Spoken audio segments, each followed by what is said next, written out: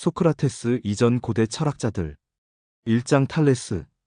기원전 약 624년 7생, 546년 사망한 밀레토스의 탈레스는 최초의 서양 철학자일 뿐만 아니라 수학, 천문학, 공학 분야의 선구자였다.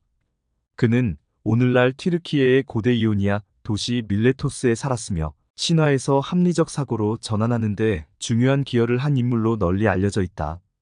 그의 영향력은 서양 철학의 시작을 알렸으며 과학적 및 철학적 사고의 토대를 마련했다. 생애와 배경. 탈레스는 기원전 624년경 밀레토스의 귀족 가문에서 태어났다. 밀레토스는 무역과 지적 활기로 유명한 번영하는 해안 도시였다. 이 도시는 이오니아의 일부로 메소포타미아와 이집트와의 교류를 통해 큰 영향을 받았다. 이러한 교류는 탈레스가 고대 문명에서 이미 발전된 기하학, 천문학, 공학 지식을 접하는 계기가 되었을 것이다. 탈레스는 이집트를 여행하며 이집트의 수학 및 천문학 지식을 습득했다.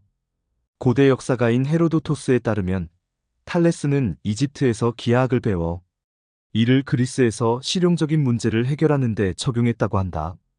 그러나 탈레스의 생애에 대한 많은 세부 사항은 후대의 자료에서 비롯된 것이며 그의 여행과 교육에 관한 구체적인 정보는 여전히 추측에 의존한다. 이러한 불확실성에도 불구하고 탈레스가 당대에 인정받는 사상가였다는 것은 명백하다. 그는 그리스의 7연인 중 한 명으로 꼽혔으며 그의 지혜와 지적 호기심은 그리스 세계 전역에 알려져 있었다. 잠깐 여기서 좋아요, 구독, 댓글 부탁드려요. 철학적 사상. 탈레스의 철학에서 가장 혁신적인 기여는 우주를 설명하는 자연주의적 접근이었다.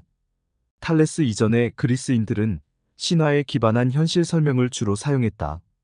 신화는 신들과 초자연적 힘이 날씨, 우주, 인간 행동 같은 자연현상을 설명하는 데 사용되었다.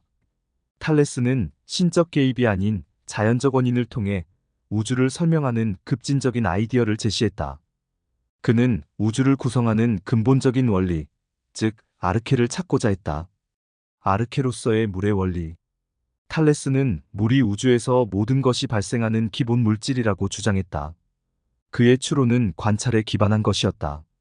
물은 생명에 필수적이다. 모든 생명체, 식물, 동물, 인간은 생존을 위해 물이 필요하다. 물은 다양한 형태로 존재한다. 탈레스는 물이 액체, 고체 얼음, 기체 증기로 존재할 수 있다는 사실을 관찰했다. 그는 이것이 자연의 다양한 형태와 마찬가지로 물이 여러 형태로 변할 수 있다는 것을 의미한다고 생각했다. 물은 어디에나 있다.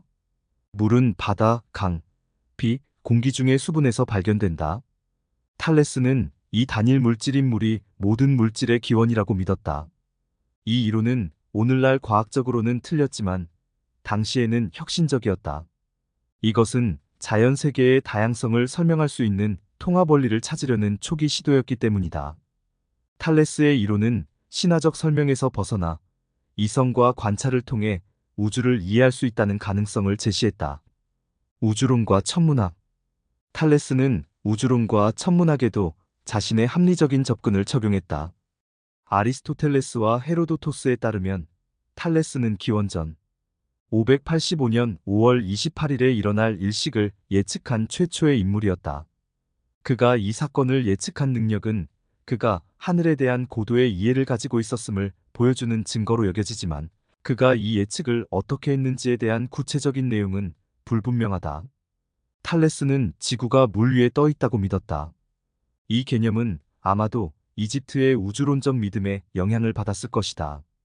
그는 지구가 끝없이 펼쳐진 바다 위에 떠 있는 평평한 원반이라고 생각했고, 지진은 지구 아래의 물결이 지구를 흔들 때 발생한다고 주장했다. 비록 정확하지는 않지만 이 견해는 신화나 초자연적 힘을 배제하고 자연현상을 설명하려는 초기 시도를 나타냈다. 자연 철학. 탈레스는 자연 철학의 창시자로 여겨지며 자연 세계를 종교적 또는 신화적 설명이 아닌 논리적 추론을 통해 이해하고자 했다. 그가 자연의 다원성을 설명하기 위해 단일 물질을 찾으려는 노력은 후대 철학자들에게 깊은 영향을 미쳤다. 예를 들어 탈레스의 제자인 아낙시만드로스는 아르케가 물과 같은 특정한 요소가 아니라 아페이론이라는 무한하고 한계가 없는 물질이라고 주장했다. 또 다른 제자인 아낙시메네스는 공기가 근본 물질이며 희박해지고 응축될 수 있다고 주장했다. 이처럼 탈레스의 자연 원리를 찾는 초점은 우주의 물질적 구성을 조사하는 길을 열었고, 이는 물리학과 형이상학의 기초를 마련했다. 과학 및 수학의 기여. 탈레스는 철학적 기여 외에도 수학과 공학 분야에서 중요한 진전을 이루었다. 그는 여러 중요한 기하학적 발견으로 유명하며, 관찰과 논리를 사용해 문제를 해결하는 그의 방법은 후대의 유클리드 기하학의 발전에 영향을 주었다. 탈레스의 가장 유명한 기여 중 하나는 탈레스의 정리로, 이는 다음과 같다. 원이 내접한 삼각형에서 한 변이 원의 지름인 경우 그 대변에 있는 각은 직각이다. 이 정리는 기하학에서 중요한 원칙으로 오늘날에도 가르쳐지고 있다. 역사적 기록에 따르면 탈레스는 다음과 같은 업적으로도 알려져 있다. 이집트에서 피라미드의 그림자를 이용해 피라미드의 높이를 측정한 것, 원을 지름으로 두 개의 동일한 부분으로 나눈 것, 기하학적 원리를 사용해 토지 측량 문제를 해결한 것이다.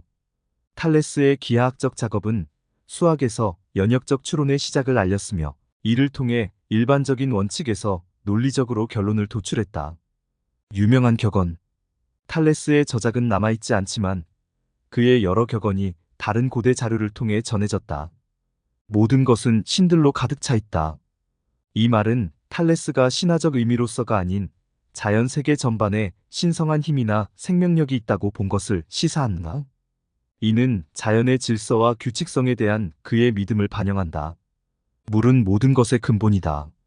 이것은 물이 모든 것의 기원이라고 믿었던 그의 단일론적 믿음을 반영한다. 너 자신을 알라. 이 문구는 자기 인식과 내면 성찰의 중요성을 강조하며, 이는 그리스 철학에서 특히 소크라테스에게 중요한 주제가 되었다.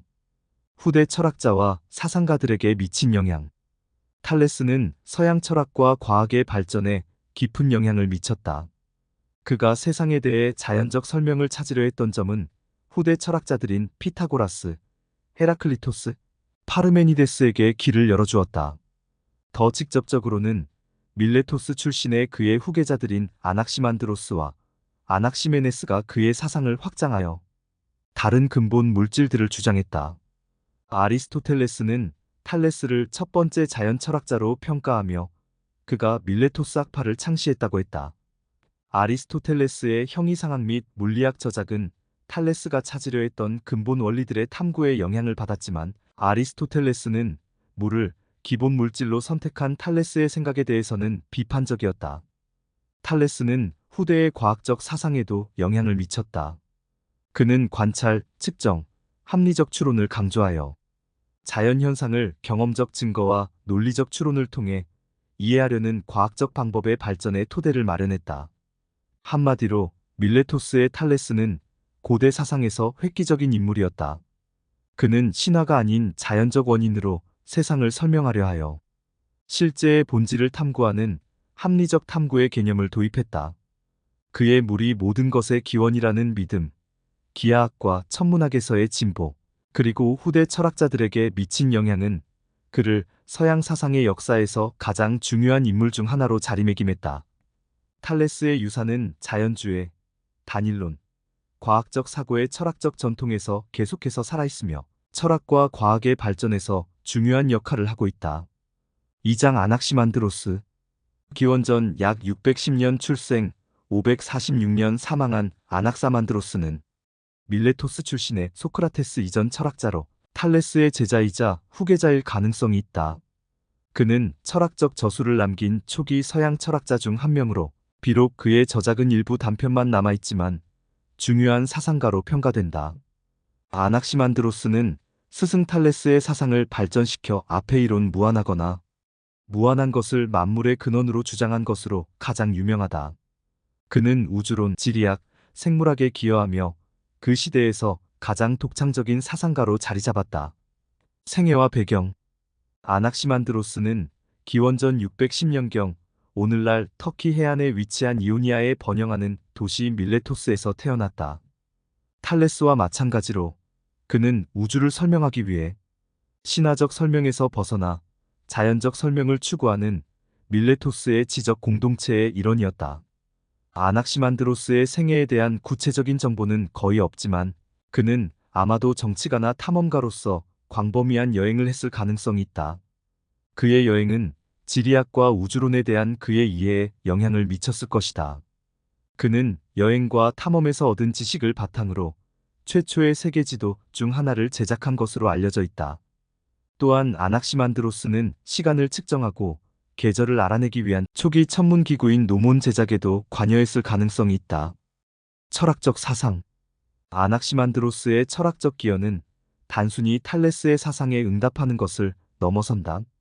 그는 우주의 기원에 관심을 가졌으며 자연 세계에 대한 더 깊은 이해를 추구했다. 그의 가장 유명한 사상은 아페이론 개념이다. 아낙시만드로스는 스승 탈레스가 주장한 물이 우주의 근본 물질이라는 견해를 거부했다. 대신 그는 아르케가 특정한 요소물, 공기, 불과 같은가 아니라 더 추상적인 아페이론이라고 주장했다. 아페이론은 무한한 것 또는 한계가 없는 것으로 번역될 수 있다. 그러면 아페이론이란 무엇인가? 아페이론은 고대 그리스의 네 가지 원소 땅, 공기, 불, 물과 같은 특정한 성질을 갖지 않은 무한하고 영원한 물질이다. 아낙시만드로스는 물과 같은 특정한 요소가 세상의 다양성과 대립적 성격의 뜨거운 것과 차가운 것, 건조한 것과 습한 것을 설명할 수 없다고 생각했다. 대신 아페이론은 무한한 것이므로 모든 것이 그로부터 비롯되고 결국 그로 돌아간다고 보았다. 우주론.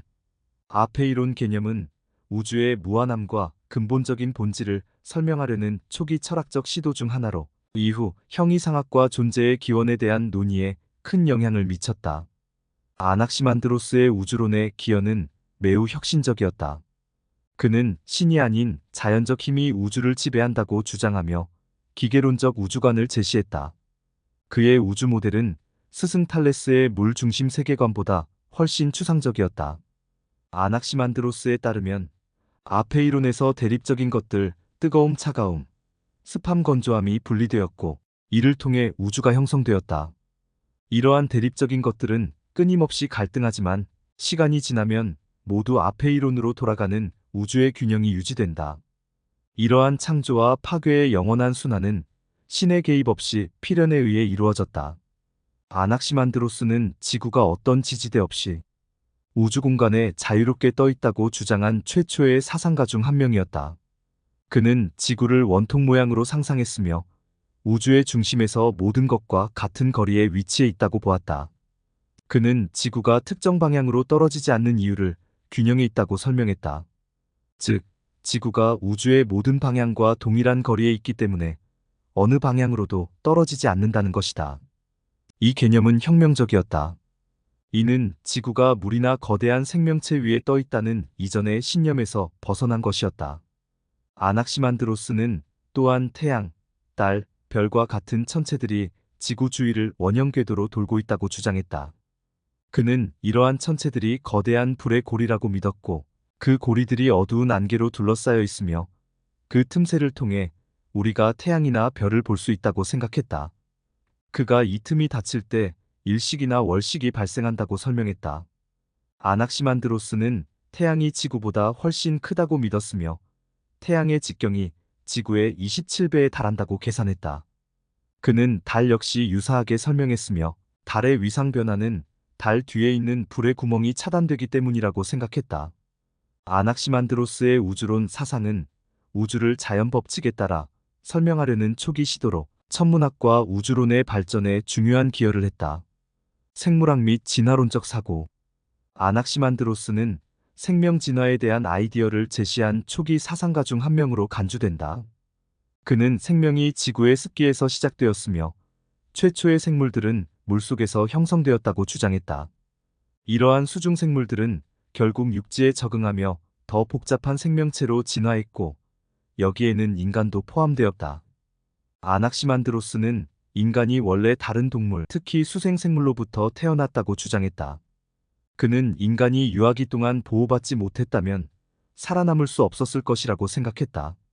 따라서 초기 인간 조상들은 물고기 같은 껍데기에 쌓여 있다가 육지로 나왔을 것이라고 설명했다.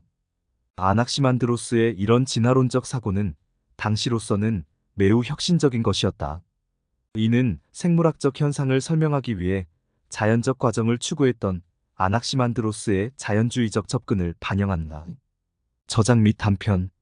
아낙시만드로스는 철학적 저술을 남긴 최초의 철학자로 알려져 있으며 그의 저작은 일반적으로 자연에 관하여 라는 제목으로 알려져 있다. 그러나 이 책은 유실되었고 그의 사상은 아리스토텔레스, 테오프라스토스, 심플리키오스와 같은 후대 철학자들이 인용하거나 요약한 내용을 통해 전해진다. 그의 글 중에서 단 하나의 단편만이 남아있으며 이는 서양 철학의 최초의 단편으로 자주 인용된다. 모든 것은 아페이론에서 나오고 다시 아페이론으로 돌아간다. 그것들은 서로에게 시간의 법칙에 따라 벌을 받고 보상을 주고받는다. 심플리키우스에서 인용. 이 단편은 아낙시만드로스가 믿었던 창조와 파괴의 영원한 순환을 반영하며 뜨거움 차가움, 습함 건조함과 같은 반대되는 힘들이 서로 충돌하면서도 우주정의의 원칙에 의해 균형을 이루는 과정을 설명한다. 벌이라는 용어는 열과 같은 힘이 적절한 균형을 넘어서면 결국 그 반대되는 힘에 의해 균형으로 되돌려져야 한다는 점을 암시한다. 영향과 유산. 아낙시만드로스의 사상은 철학과 과학 모두에 깊은 영향을 미쳤다. 그가 제시한 아페이론이라는 추상적이고 무한한 근원 개념은 고대 그리스에서 형이상학적 사고로의 중요한 전환을 의미했다. 그의 우주론 이론은 나중에 더 정교한 모델로 대체되었지만 자연 법칙을 통해 우주를 설명하려는 시도는 과학적 사고의 발전에 중요한 역할을 했다. 아낙시만드로스의 제자이자 후계자인 아낙시메네스는 스승의 사상을 발전시켰으나 아페이론 대신 공기를 만물의 근원으로 제시했다. 헤라클레이토스와 파르메니데스도 아낙시만드로스의 우주와 변화의 사상에서 영향을 받았다. 아리스토텔레스와 테오프라스토스는 초기 그리스 철학에 대한 저작에서 아낙시만드로스의 사상을 논의하며 그가 자연 철학에 기여한 중요성을 강조했다. 아낙시만드로스의 영향은 철학을 넘어 지리학과 지도 제작으로까지 확장되었다. 그는 여행자들과 탐험가들로부터 얻은 정보를 바탕으로 가장 초기의 세계 지도 중 하나를 제작한 것으로 알려져 있다. 그의 지도는 당시로서는 혁신적이었으며 국지적인 지식과 신화적 설명을 뛰어넘는 세계관을 제시한 것이다. 한마디로 아낙시만드로스는 고대 그리스 사상의 경계를 넓힌 혁신적이고 대담한 사상가였다. 그는 아페이론을 최초의 원리로 소개하고 진화론의 초기 사상과 우주론, 이론을 제시하여 이후 많은 철학적, 과학적 논의의 기초가 되었다. 그래서 아낙시만드로스가 자연 철학, 형이상학, 초기 과학에 미친 영향은 매우 커서 그는 서양 사상사에서 중요한 인물로 자리 잡고 있다. 3장 아낙시메네스. 기원전 약 585 출생하여 525년 사망한 밀레토스의 아낙시메네스는 소크라테스 이전 철학자로 탈레스와 아낙시만드로스의 발자취를 따르며 밀레토스 학파의 주요 인물 중 한 명이다. 아낙시메네스는 아낙시만드로스의 제자로서 스승의 사상을 발전시켰지만 우주의 근본 원리 아르케에 대한 독창적인 개념을 도입했다. 아낙시만드로스가 무한하고 무형의 아페이론을 만물의 근원으로 제시한 반면 아낙시메네스는 보다 구체적이고 관찰 가능한 공기를 만물의 근원으로 주장했다. 아낙시메네스는 최초로 하나의 물질적 원리를 통해 우주의 본질을 설명하고 그 물질이 변형을 통해 만물을 형성한다고 주장한 철학자 중 한 명이었다. 그의 사상은 후대 사상가들에게 영향을 미쳤고 자연 철학의 발전에 기여했다. 생애와 배경. 아낙시메네스는 기원전 585년경 이오니아의 해안 도시인 밀레토스에서 태어났다. 탈레스와 아낙시만드로스처럼 그는 우주의 작동 원리를 자연적 설명을 통해 탐구하던 밀레토스의 지적 공동체의 일원이었다. 그의 개인적인 삶에 대한 정보는 거의 남아있지 않지만 아낙시만드로스와의 연관성을 통해 그의 사상이 스승의 지적 전통을 계승하고 발전시켰음을 알 수 있다. 밀레토스 학파는 서양 세계에서 자연 철학의 탄생지로 여겨진다. 이 초기 철학자들은 우주를 관찰과 추론, 자연적 원인을 찾는 과정을 통해 이해하려 했으며 그리스 초기 사상에서 지배적이었던 신화적 세계관에서 결정적으로 벗어났다. 철학적 사상. 아낙시메네스는 우주의 근본 물질, 즉 아르케가 공기 그리스어로 아에르라고 주장한 것으로 가장 잘 알려져 있다. 이 점에서 그는 물을 근본 물질로 제시한 탈레스의 전통을 따랐지만 자신의 관찰을 통해 공기가 더 적합한 근본 물질이라고 주장했다. 근본 물질로서의 공기. 아낙시메네스는 공기가 모든 것에서 발생하며 모든 것이 결국 공기로 돌아가는 필수적이고 근본적인 물질이라고 믿었다. 그는 공기가 응축과 희박화 과정을 통해 다양한 형태를 취할 수 있는 역동적이고 변형 가능한 요소라고 보았다. 공기는 밀도가 높아지면 액체물화 고체땅 물질로 변한다. 공기가 희박해지면 불로 변한다. 아낙시메네스는 공기가 물이나 다른 어떤 물질보다 더 근본적인 원리라고 주장했는데, 이는 공기가 어디에나 존재하며 생명에 필수적이기 때문이다. 그는 물 또한 중요한 요소라고 인식했지만 공기가 모든 물질 상태로 변형될 수 있다고 보았다. 우주론. 아낙시메네스의 우주론은 공기가 밀도의 변화 과정을 통해 만물로 변형된다는 개념에 기반을 두고 있다. 그는 다음과 같이 주장했다. 공기가 희박화되면 불이 된다. 공기가 응축되면 바람, 구름으로 변하고 더 응축되면 물이 되고 결국 땅과 돌이 된다. 이처럼 공기에서 불, 바람, 물, 땅으로 이어지는 변형 과정은 모든 것이 공기로부터 생겨나는 변형의 연속체를 나타낸다.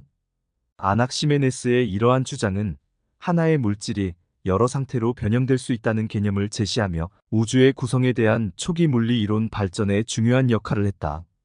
이처럼 아낙시메네스는 선배 철학자들보다 더욱 기계론적이고 자연주의적인 우주관을 발전시켰다. 그는 신적인 힘이 아닌 자연적 힘이 우주를 지배한다고 믿었으며, 이는 이전의 신화적 설명에서 크게 벗어난 것이었다. 아낙시메네스는 지구가 평평하며 공기 위에 떠 있다고 주장했다. 그는 공기가 만물의 근원일 뿐만 아니라 물체들이 공중에 떠 있을 수 있도록 지탱하는 매개체라고 주장했다. 그는 태양, 달, 별과 같은 천체들도 공기로부터 형성되어 지구 위에 떠 있다고 보았다. 태양과 별은 공기로 만들어졌으며 그들이 빠르게 움직이면서 불타고 있다. 별들은 단단한 결정 구조에 고정되어 있으며 그 구조는 지구 주위를 돌고 있다. 태양과 달은 지구 주위를 원형으로 돌며 별들보다 지구에 더 가까이 있다.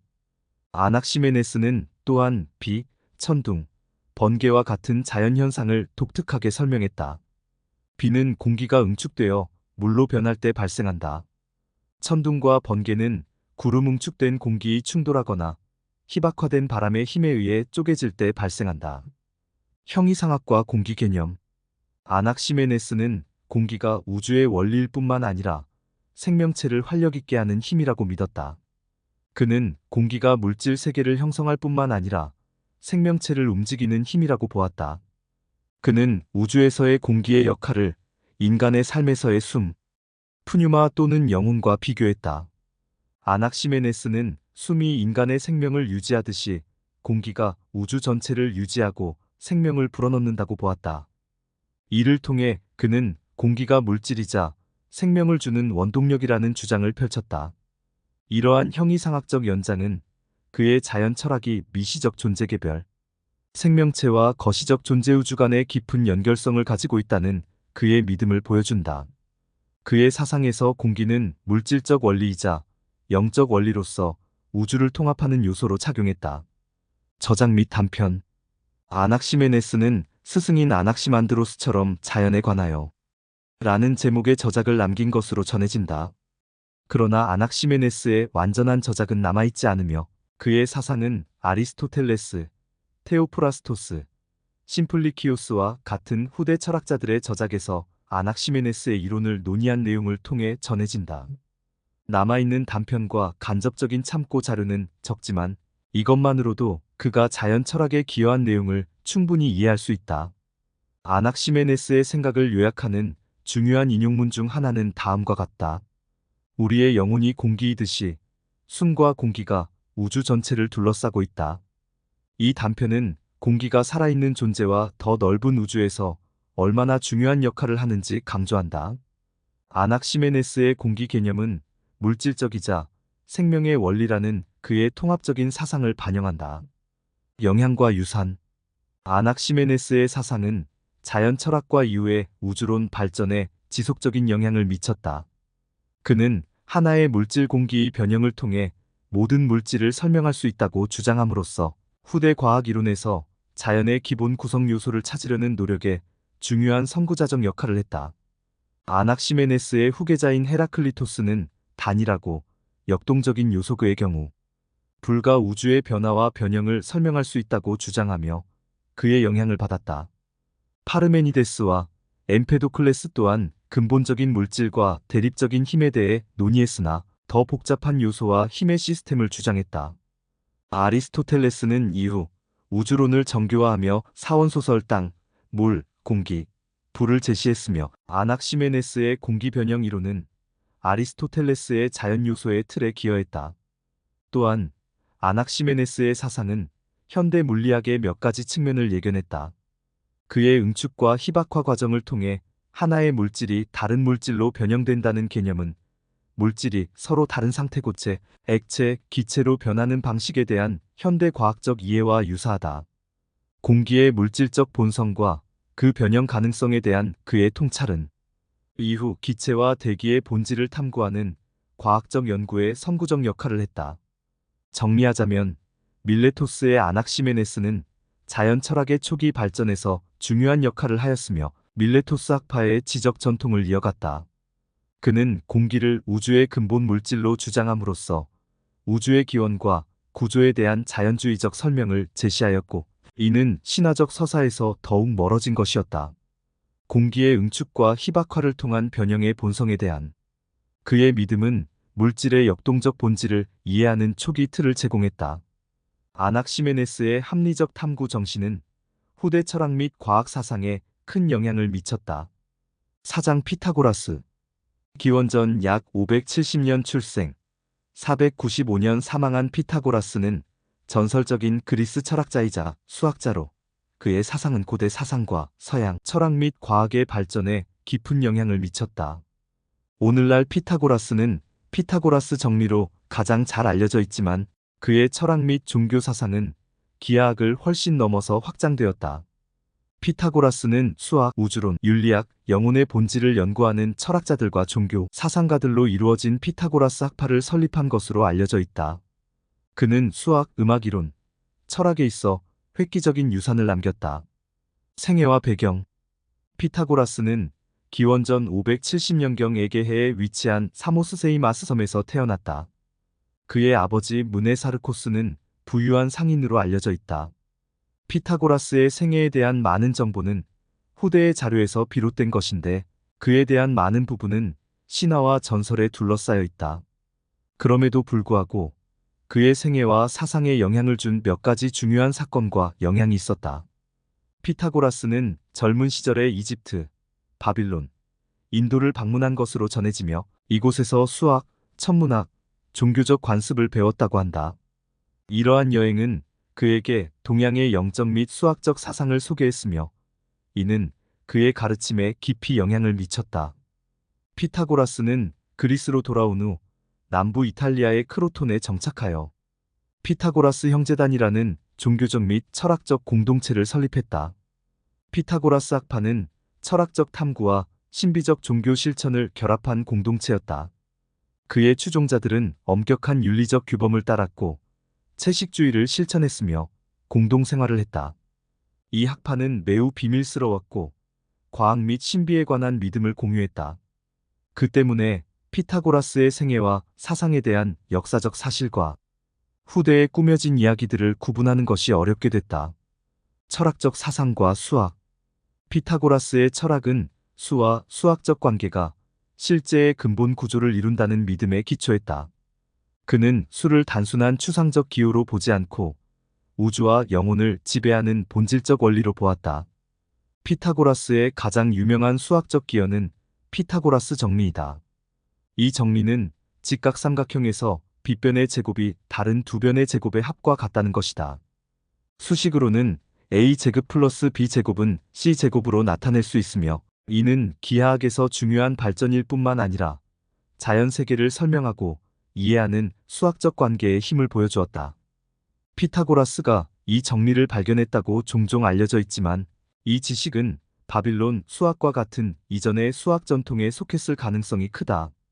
그러나 피타고라스와 그의 추종자들은 이 정리를 더 넓은 철학적 틀 안에서 사용하여 수가, 우주의 조화와 구조를 지배한다는 믿음을 설명했다. 숫자와 우주론. 피타고라스 철학의 중심 신념 중 하나는 숫자가 만물의 본질이라는 것이었다. 피타고라스와 그의 추종자들은 숫자의 상징적이고 신비로운 의미를 부여하는 수비학 체계를 발전시켰다. 예를 들어 숫자 1은 통일성과 만물의 기원을 상징했다. 숫자 2는 이원성 또는 대립을 상징했다. 숫자 3은 조화와 대립의 통합을 상징했다. 숫자 4는 정의와 안정성을 나타냈다. 피타고라스의 우주론에서 숫자와 수학적 비율은 우주의 구조를 설명한다고 믿었다. 그는 행성의 움직임, 자연의 주기, 음악에서 이 수학적 조화를 관찰할 수 있다고 주장했다. 음악과 화음. 피타고라스는 음악 이론과 화음에 대한 연구도 그의 철학 체계의 중요한 부분으로 삼았다. 그는 음악의 화음이 수학적 비율에 기반한다는 것을 발견했다.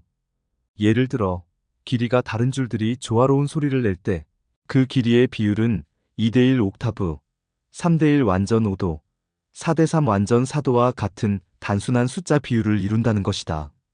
이 발견은 피타고라스가 우주 전체가 비슷한 조화로운 비율에 의해 지배된다고 결론짓게 만들었으며 이를 천체의 조화라고 불렀다.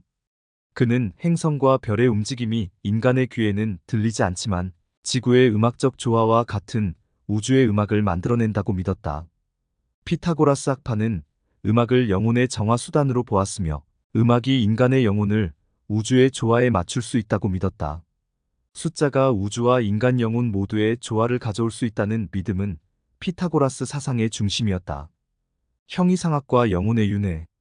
피타고라스는 영혼에 대한 복잡한 형이상학 체계를 발전시켰으며 여기에는 영혼의 윤회와 윤리적 삶에 대한 믿음이 포함되었다. 그의 영혼관은 오르페우스 종교 전통의 영향을 받았으며 이는 영혼의 불멸성과 여러 생을 거치는 영혼의 여행을 강조했다.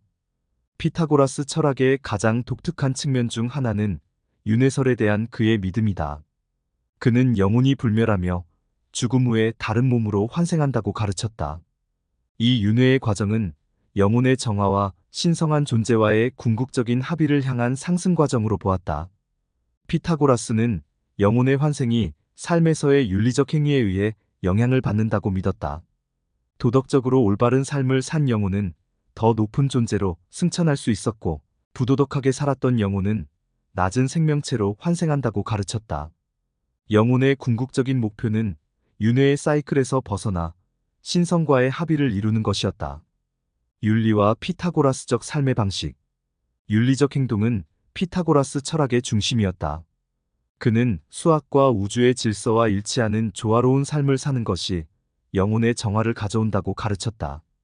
그의 추종자들은 채식주의를 실천하고 콩 같은 특정 음식을 피했으며 자기 절제, 순수성을 촉진하는 엄격한 도덕 규범을 따랐다. 피타고라스 학파는 몸, 마음, 영혼의 조화를 믿었으며 자기 성찰, 명상, 신체 운동을 통한 일상적인 의식을 실천했다. 또한 그들은 비폭력을 믿었으며 인간과 마찬가지로 영혼을 지닌 동물을 포함한 모든 생명체에 대한 윤리적 대우를 중요하게 여겼다. 저작. 피타고라스는 직접적인 저작을 남기지 않은 것으로 알려져 있으며 그의 가르침은 후대의 철학자들 즉 아리스토텔레스, 플라톤, 디오게네스 라에르티오스와 피타고라스 학파에 의해 전해진다. 이러한 기록의 부족은 피타고라스의 역사와 그에 대한 전설을 구분하기 어렵게 만든다. 피타고라스에게 귀속된 많은 가르침은 후대 피타고라스 학파에 의해 세대를 거쳐 발전한 것으로 보인다. 학파는 매우 비밀스러웠으며 많은 지식이 구전을 통해 전해졌기 때문에 피타고라스의 원래 사상과 그의 추종자들의 사상을 구분하는 것이 어렵게 됐다. 영향과 유산. 피타고라스는 고대 철학과 현대 사상 모두에 걸쳐 깊은 영향을 미쳤다. 그의 수학, 우주론, 윤리, 영혼에 대한 사상은 플라톤과 아리스토텔레스 철학에 큰 영향을 미쳤으며 수학과 과학의 발전에도 중요한 역할을 했다. 특히 플라톤은 수학적 형식이 실제를 지배한다는 피타고라스의 사상에 큰 영향을 받았다.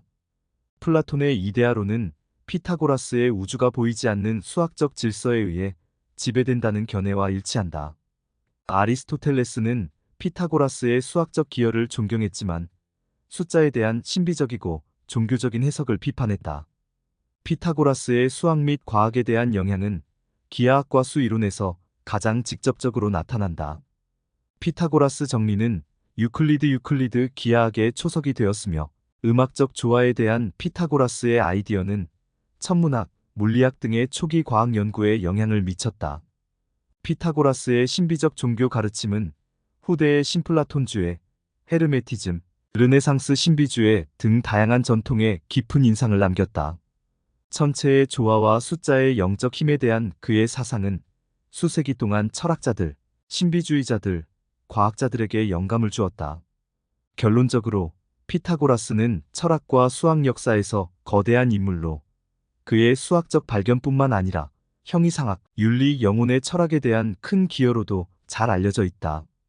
그는 숫자가 우주를 지배한다고 믿었으며 우주의 조화에 대한 그의 통찰은 과학적 탐구와 신비적 사상 모두의 기초를 마련했다. 피타고라스 학파는 수학적 엄밀성과 종교적 신비주의를 결합한 독특한 공동체로 서양 지적 역사에 깊은 자취를 남겼다. 5장 헤라클리토스. 기원전 약 535년 탄생, 475년 사망한 헤라클리토스는 우는 철학자 또는 난해한 철학자로 불리며 고대 그리스의 에페소스, 오늘날 튀르키예 출신의 소크라테스 이전 철학자였다. 그는 고대 철학에서 가장 수수께끼 같고 영향력 있는 사상가 중 한 명으로 모든 것이 끊임없이 변화하고 있다는 사상과 대립의 통일성을 강조하는 철학으로 당대 철학자들과는 다른 독특한 길을 걸었다. 그는 같은 강물에 두 번 발을 담글 수 없다는 유명한 격언으로 대표되는 변화가 우주의 근본 본질이라는 교리로 잘 알려져 있다.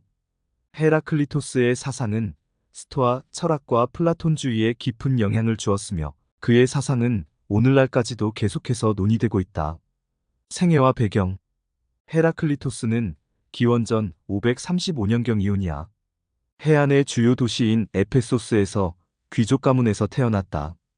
그는 당시의 많은 동시대인들과는 달리 자신의 신분에 따른 정치적, 사회적 역할을 거부했다.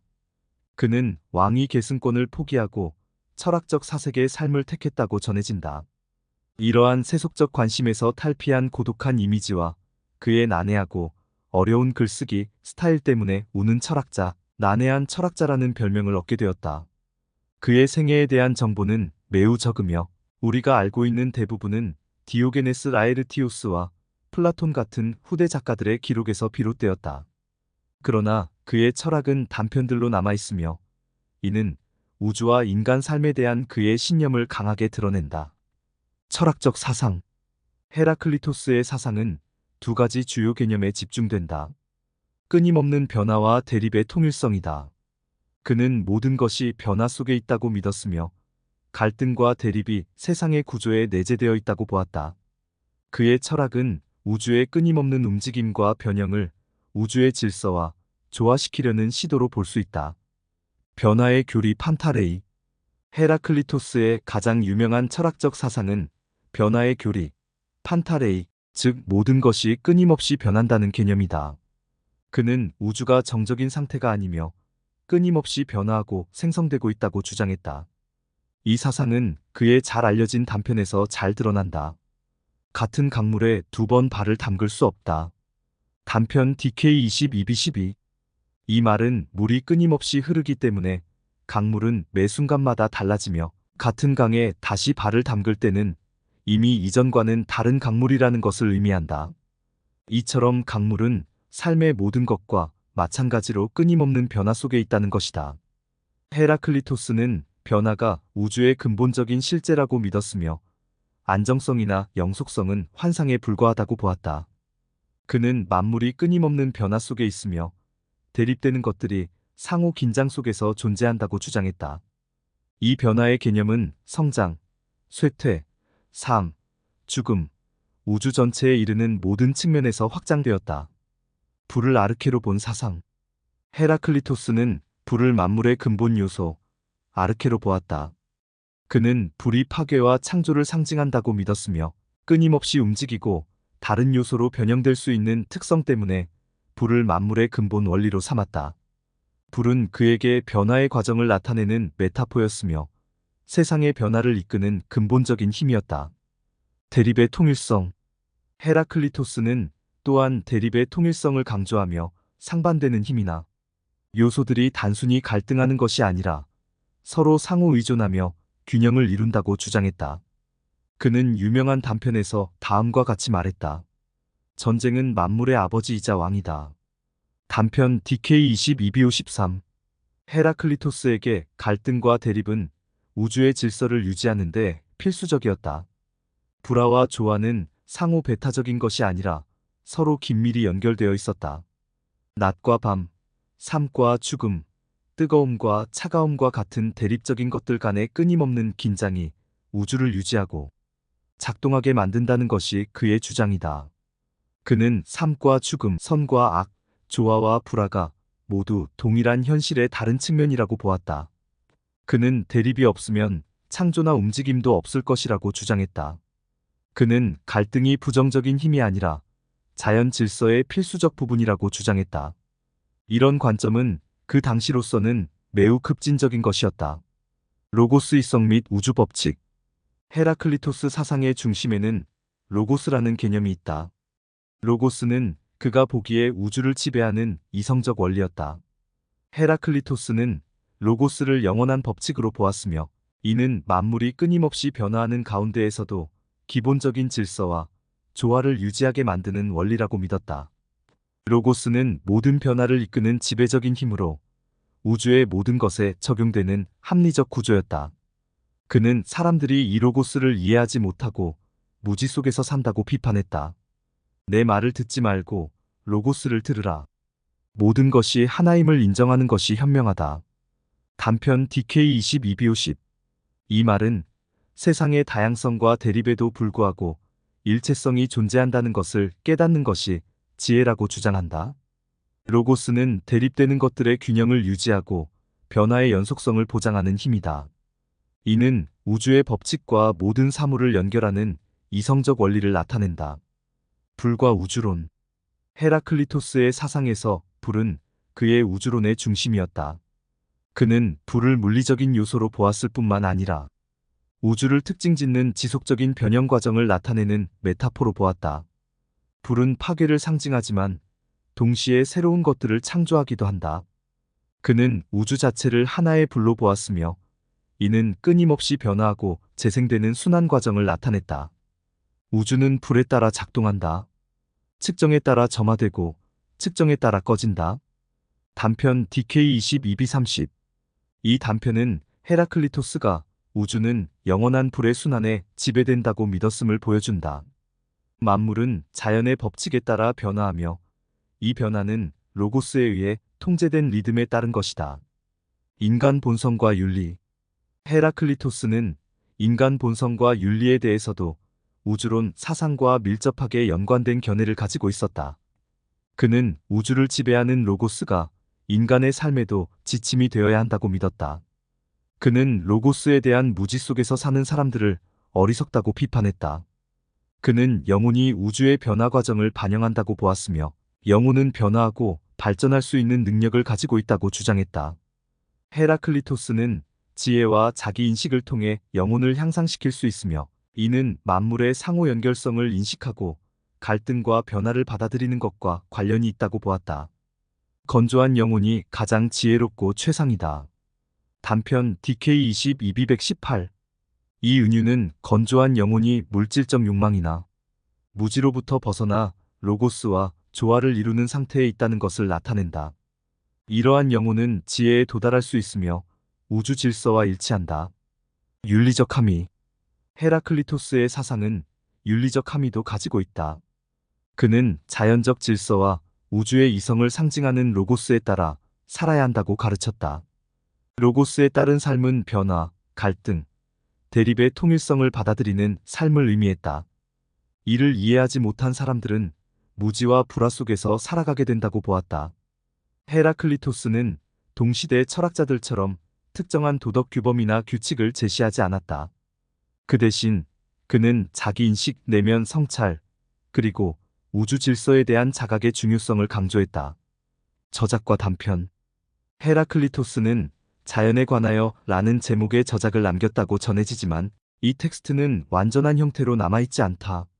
그의 사상은 플라톤, 아리스토텔레스, 디오게네스 라에르티오스 같은 후대 철학자들이 인용한 단편을 통해 전해진다. 이 단편들은 종종 난해하고 해석하기 어려워 헤라클리토스가 난해한 철학자로 알려지게 된 이유가 되었다. 그는 역설과 은유, 비유적 표현을 자주 사용했기 때문에 그의 작업은 많은 학자들 사이에서 논쟁의 대상이 되고 있다. 그럼에도 불구하고 남아있는 단편들은 그가 우주, 인간 존재, 변화의 본질에 대해 가졌던 깊은 통찰을 보여준다. 영향과 유산. 헤라클리토스는 플라톤, 아리스토텔레스, 스토아 철학자들을 비롯한 후대 철학자들에게 막대한 영향을 미쳤다. 그의 변화, 갈등, 대립의 통일성에 대한 사상은 고대 철학뿐만 아니라 현대 철학에도 중요한 역할을 했다. 플라톤은 헤라클리토스의 끊임없는 변화 개념에 깊은 영향을 받았다. 플라톤의 이데아론에서 감각 세계는 끊임없이 변화하지만 이데아의 세계는 영원하고 불변하다고 주장했다. 플라톤은 헤라클리토스의 사상을 바탕으로 감각 세계와 이성 세계의 구별을 이끌어냈다. 아리스토텔레스는 헤라클리토스의 변화 교리를 비판적으로 다루었지만 그의 자연 철학과 형이상학 발전에 기여한 점은 인정했다. 한편 스토아 철학자들, 특히 마르쿠스 아우렐리우스와 에픽테투스도 로고스 개념을 받아들였으며 이를 우주를 지배하는 이성적 원리로 보았다. 스토아 학파의 자연과 조화롭게 사는 삶은 헤라클리토스의 사상에서 영향을 받은 것이다. 현대에 들어서 헤겔, 니체, 하이데거와 같은 철학자들은 헤라클리토스의 변화, 갈등, 생성에 대한 견해에서 영감을 받았다. 니체는 정적인 존재를 거부하고 삶의 역동성을 강조한 헤라클리토스를 특히 높이 평가했다. 한마디로 헤라클리토스는 철학사에서 가장 심오하고 도전적인 인물 중 하나로 남아있다. 그는 우주의 영속적인 변화, 대립의 통일성, 로고스의 중심적 역할을 강조했으며 그의 사상은 고대와 현대 사상에 걸쳐 지속적인 영향을 미쳤다.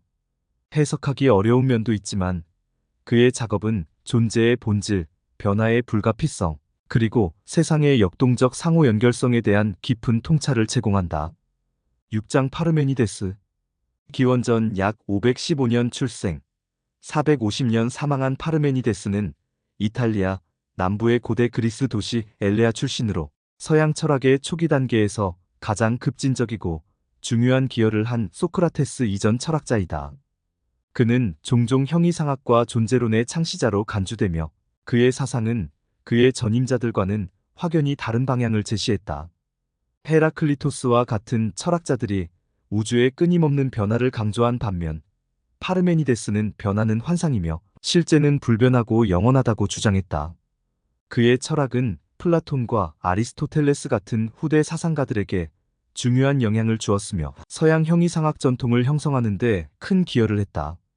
생애와 배경. 파르메니데스는 기원전 515년경 이탈리아 남부에 있는 그리스 식민지 엘레아 현대의 벨리아에서 태어났다. 그는 엘레아 학파의 창립자로 이 학파에는 그의 제자인 제논과 사모스의 멜리소스 같은 철학자들이 포함되었다. 파르메니데스의 초기 생애에 대해서는 거의 알려진 바가 없지만 그는 귀족 가문 출신으로 교육을 잘 받은 인물이었음이 분명하다. 디오게네스 라에르티오스에 따르면 파르메니데스는 엘레아에서 법을 제정한 입법자였으며 그의 지혜와 정치적 리더십으로 높은 평가를 받았다. 그의 영향력은 철학에만 국한되지 않고 당대의 주요 지식인으로서 광범위하게 인정받았다. 철학적 사상. 파르메니데스의 철학은 초기 그리스 사상가들이 우주를 근본 물질 탈레스의 물, 아낙시메네스의 공기 등으로 설명하려 했던 방식에서 과감하게 벗어났다. 그는 우주의 구성 요소보다는 존재 그 자체의 의미에 주목했다. 그의 핵심 저작인 자연에 관하여는 최초로 체계적인 철학적 텍스트 중 하나로 그의 사상이 담긴 이 시는 진리의 길과 억견의 길로 나뉜다. 이 시는 후대 철학자들 플라톤, 아리스토텔레스, 섹스투스 엠피리쿠스 등의 단편과 논평을 통해 부분적으로 전해진다. 진리의 길 알레테이아. 진리의 길에서 파르메니데스는 실제는 하나이며 불변하고 영원하다고 주장한다. 그는 변화, 다수성, 운동의 모든 개념이 환상이며 오직 존재만이 참된 실제라고 본다. 이 견해는 일원론으로 요약될 수 있으며 모든 실제가 하나의 통일된 전체로서 존재한다고 주장한다. 파르메니데스 형이상학의 핵심 요소는 다음과 같다. 파르메니데스는 참된 존재는 변화하지 않는다고 주장한다. 무언가가 변하려면 비존재에서 나와야 하거나 비존재로 돌아가야 하는데 이는 불가능하다. 파르메니데스에게 비존재는 말 그대로 아무것도 없기 때문에 존재할 수 없다고 본다. 따라서 무에서 무가 생기지 않으며 존재하는 것은 결코 사라질 수 없다. 그러므로 실제는 영원하고 불변해야 한다. 존재하는 것은 존재하고 존재하지 않는 것은 존재할 수 없다. 단편 DK28b. 파르메니데스는 오직 하나의 실제만이 존재한다고 주장하며 이 실제는 연속적이고 분할할 수 없으며 전체적이다. 여러 개의 존재가 있다면 그것들은 무언가로 구별되어야 하는데 이는 시간이나 공간 같은 것이 있어야 하며 이는 비존재의 존재를 의미한다. 그러나 비존재는 존재할 수 없기 때문에 실제는 하나의 분리되지 않은 전체일 수밖에 없다. 하나의 실제 외에는 두 번째 실제가 없다. 단편 DK28b8. 변화가 환상이고 비존재가 불가능하므로 파르메니데스는 시간 자체가 환상이라고 결론 내린다. 실제는 영원하며 시작도 끝도 없다. 과거, 현재, 미래는 인간이 만들어낸 개념일 뿐 참된 존재의 영원한 본성에는 해당되지 않는다. 파르메니데스는 세상을 이해하려고 감각에 의존하는 인간의 습관을 비판했다. 그는 감각이 변화와 다양성의 세계를 보여주지만 이는 기만적이라고 주장한다. 진정한 지식은 이성적 사고와 논리적 사고를 통해서만 얻을 수 있다. 우리의 감각은 사물이 생겨나고 사라진다고 말하지만 이성은 실제가 영구적이고 불변하다고 밝혀준다. 경험에서 태어난 습관이 너를 그 길로 이끌어 헛된 눈이나 울리는 귀 또는 혀가 너를 인도하지 않도록 하라. 단편 DK28b7. 본질적으로 파르메니데스의 진리의 길은 이성주의적 비판으로 감각에 의존하여 세상을 설명하려 했던 자연주의 철학자들을 비판한다. 파르메니데스는 궁극적 실제는 감각이 아닌 사고를 통해서만 파악될 수 있다고 주장했다. 억견의 길, 독사. 진리의 길과는 대조적으로 파르메니데스는 억견의 길에서 인간에게 보이는 세계를 설명한다. 이것은 환상의 영역으로 사람들이 다양성, 변화, 생성과 소멸을 믿는 세계이다. 파르메니데스는 이 견해를 진리로 제시하지 않고 감각에 기반한 기만적인 의견으로 본다. 억견의 길에서 파르메니데스는 우주가 빛과 어둠이라는 이원적 체계에 따라 작동하는 것처럼 보인다고 설명한다. 이 시의 부분은 전통적인 우주론적 이론에 더 가깝지만 파르메니데스는 이를 신뢰할 수 없는 것으로 간주한다. 그는 사람들이 감각을 통해 세상을 이해한다고 생각하지만 사실 그들은 잘못된 믿음에 사로잡혀 있다고 주장했다. 이 이원적 우주론은 뜨거움과 차가움, 밝음과 어두움, 습함과 건조함 등 대립하는 요소를 다루던 일반적인 그리스 세계관을 반영하지만 파르메니데스는 이러한 견해를 허구적이며 참된 실제의 영원한 통일성과 모순된다고 강조한다. 파르메니데스가 후대 철학자들에게 미친 영향. 파르메니데스의 사상은 플라톤과 아리스토텔레스, 신플라톤주의자들, 현대 형이상학자들에게 깊은 영향을 미쳤다. 그는 존재에 대한 강조와 변화와 다수성의 부정을 통해 중요한 철학적 논쟁을 촉발하였으며 서양 사상의 발전에 큰 역할을 했다. 플라톤은 파르메니데스의 형이상학에 크게 영향을 받아 이데아론을 발전시켰다. 플라톤은 감각 세계가 끊임없이 변화하며 기만적이라는 파르메니데스의 주장을 받아들였으며 이데아가 변하지 않는 실제를 나타낸다고 보았다. 플라톤의 대화록 파르메니데스는 파르메니데스의 주장을 다루며 그의 철학적 도전에 대한 심오한 논의를 담고 있다. 아리스토텔레스는 파르메니데스의 철학에 대해 비판적으로 접근했지만 그 또한 존재가 형이상학의 핵심이라는 점에서는 동의했다. 그러나 아리스토텔레스는 변화와 운동이 실제의 일부라는 점에서 파르메니데스와 달리 주장했다. 아리스토텔레스의 잠재성과 현실성 개념은 변화는 환상이라는 파르메니데스의 주장에 대한 대응으로 발전되었다. 파르메니데스의 제자인 제노는 운동과 변화가 불가능하다는 파르메니데스의 주장을 방어하기 위해 여러 역설을 제시했다. 제논의 아킬레스와 거북이 역설이나 이분법 역설은 운동이라는 개념 자체가 논리적 모순을 초래한다는 것을 보여주려 하며 파르메니데스의 변화 부정을 강화하려 했다. 작품과 단편. 파르메니데스의 주요 철학적 기여는 그의 시 자연에 관하여에 담겨 있다. 이 시의 전체 텍스트는 유실되었지만 플라톤, 아리스토텔레스, 섹스투스 엠피리쿠스 등의 후대 철학자들의 저작에서 일부 단편들이 전해진다. 이러한 단편들은 파르메니데스의 철학을 형성하는 진리와 억견의 두 경로를 엿볼 수 있게 해준다. 유산과 현대 철학. 파르메니데스의 철학은 서양 사상의 역사에서 중요한 전환점으로 간주된다. 그의 존재의 논리적 필연성에 대한 강조와 감각적 인식의 부정은 이성주의 철학 전통의 발전에 기여했다. 그의 하나이자 불변하는 실제에 대한 초점은 신플라톤주의에 영향을 주었으며 현대 형이상학과 존재론에서 여전히 중요한 주제로 다뤄지고 있다. 헤겔, 하이데거, 화이트헤드와 같은 현대 철학자들은 파르메니데스의 사상을 깊이 탐구했다. 특히 하이데거는 파르메니데스가 존재의 문제를 이해하는데 핵심적이라고 보았으며 그의 저작 존재와 시간도 파르메니데스의 형이상학적 통찰에서 영감을 받았다. 결론적으로 엘레아의 파르메니데스는 고대 그리스 철학에서 가장 중요한 인물 중 한 명으로 실제는 불변하며 변화와 다수성은 환상이라는 급진적인 주장을 펼쳤다. 그는 감각적 인식보다 이성의 중요성을 강조함으로써 후대 철학의 발전에 중대한 기여를 했다.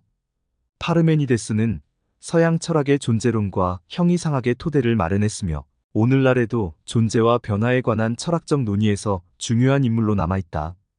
감사합니다. 좋아요, 구독, 댓글 부탁드려요.